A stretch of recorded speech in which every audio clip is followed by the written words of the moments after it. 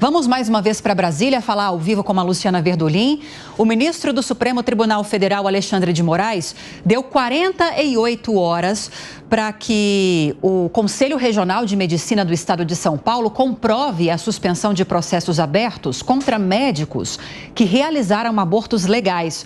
A Verdolim tem mais detalhes para a gente.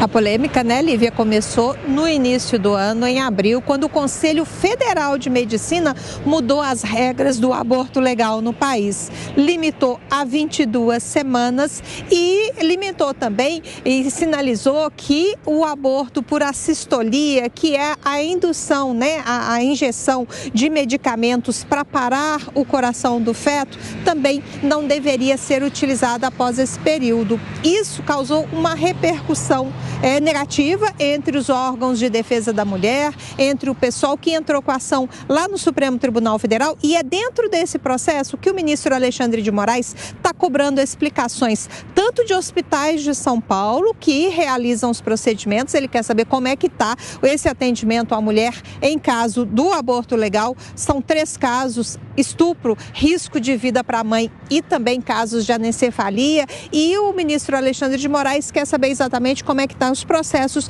e como é que está a questão envolvendo a questão de penalização dos médicos, processos administrativos contra médicos que realizaram os procedimentos após as 22 semanas. Desde 1940, quando o aborto legal foi permitido no Brasil, não há limitação da idade fetal para a realização desses procedimentos.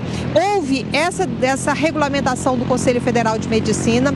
O ministro Alexandre de Moraes suspendeu essas novas regras e determinou que os hospitais efetuem, né, quando é necessário, o procedimento em mulheres acima dessa idade fetal. Há um questionamento grande, não só no Congresso, no Supremo Tribunal Federal, mas no Congresso Nacional, a questão envolvendo essa limitação da idade fetal. O ministro Alexandre de Moraes, ele suspendeu as regras do Conselho Federal de Medicina e levou o caso para o chamado plenário virtual do Supremo Tribunal Federal, expondo o posicionamento dele com relação a não permitir, né, que o Conselho Federal de Medicina estabeleça novas regras. O ministro André Mendonça votou contra. Ele disse que o Conselho Federal pode sim regulamentar, pode aperfeiçoar as regras no país. O ministro Nunes Marques pediu que o caso seja levado ao plenário físico e é isso que deve acontecer, mas ainda não há data estipulada. Depois de pedir explicações aos hospitais, agora o ministro Alexandre de Moraes deu 48 horas ao Conselho Regional de Medicina de São Paulo para que preste esclarecimentos sobre esses processos administrativos contra médicos. Há também muita reclamação de que é cada vez mais difícil, o número de hospitais que realizam os procedimentos estão limitados, e é isso que o ministro Alexandre de Moraes também está querendo saber, como é que é prestado o atendimento às mulheres, no caso, em São Paulo. Muito obrigada, Luciana Verdolim. Bom trabalho por aí. Amanda Klein, Cristiano Beraldo.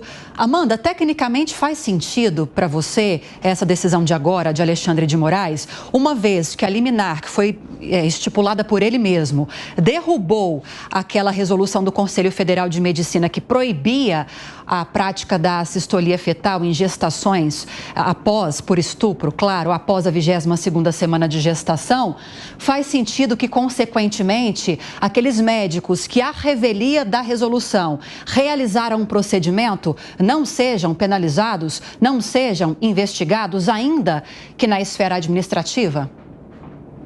Claro, Lívia, afinal de contas é o que impõe a lei. Quem foi além do que impõe a legislação foi o Conselho Federal de Medicina, ao dizer basicamente que depois das 22 semanas não existe aborto. E não é isso que estipula a lei em 3 casos apenas, em risco de morte para a mãe, em caso de estupro, em caso de feto anencéfalo. As meninas, quando você limita o número de hospitais que realiza esse procedimento e impõe um tempo para que esse procedimento seja realizado, na prática, o que você está fazendo? Você está inviabilizando, você está dificultando o acesso.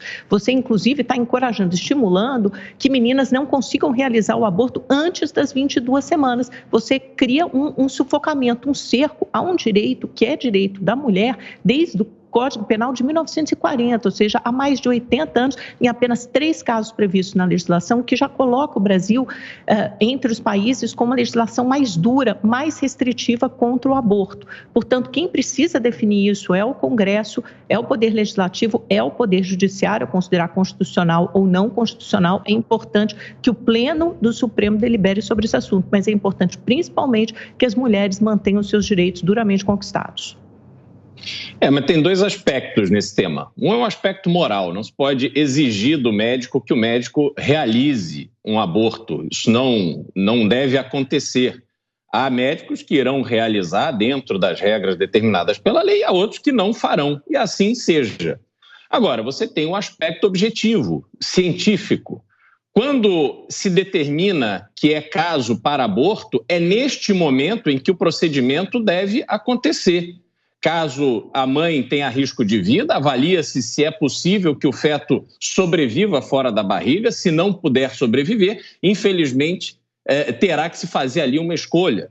No caso em que o feto não tem perspectiva de vida fora da barriga da mãe por uma deficiência na sua formação, também é o caso da determinação naquele momento em que se descobre isso, se levará adiante a gravidez até o final ou não. E no caso do estupro, quando há um estupro, é preciso que esse estupro seja reportado e, a partir daí, seja monitorado se a vítima do estupro, e não nos esqueçamos, é uma vítima, que ela possa fazer um acompanhamento para identificar uma eventual gravidez. E, ao se identificar essa gravidez, que a justiça seja cobrada para ser célere.